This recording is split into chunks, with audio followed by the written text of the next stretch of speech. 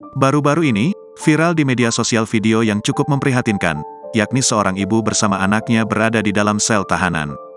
Keduanya saling berpelukan. Tentu orang yang melihat akan iba, mengapa seorang ibu dan anaknya ditahan?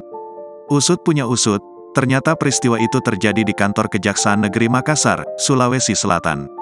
Dalam rekaman itu, terlihat beberapa orang yang diduga sekuriti dan pegawai Kejari Makassar sedang adu mulut dan saling dorong dengan seorang perempuan. Tak hanya itu, terlihat juga sebuah foto seorang perempuan dan anaknya berada di dalam tahanan.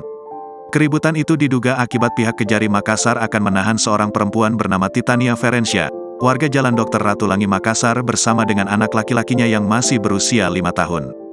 Hal itu diungkapkan oleh Set Fatimah selaku penasihat hukum Titania Ferencia kepada awak media, Jumat, tanggal 8 Maret tahun 2024. Sebelumnya klien saya ini dilaporkan kasus 351 di mana ancaman hukumannya itu 1 tahunan, ujarnya.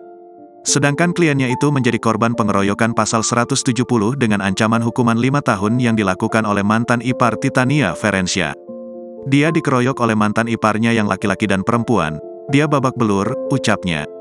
Fatimah menjelaskan, keributan itu terjadi Kamis tanggal 7 Maret tahun 2024, saat mendampingi kliennya yang telah dijadikan tersangka atas dugaan kasus penganiayaan. Berkas perkaranya telah dilimpahkan dari Polsek Mariso ke Kejari Makassar. Namun, Fatimah menilai pihak Kejari Makassar tidak mengindahkan surat rekomendasi dari Unit Pelaksana Teknis Daerah Perlindungan Perempuan dan Anak Kota Makassar.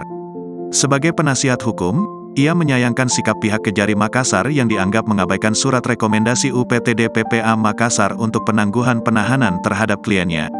Tak hanya itu, yang membuat dirinya kecewa adalah pihak Kejari Makassar tetap menahan kliennya hingga anaknya juga masuk dalam sel.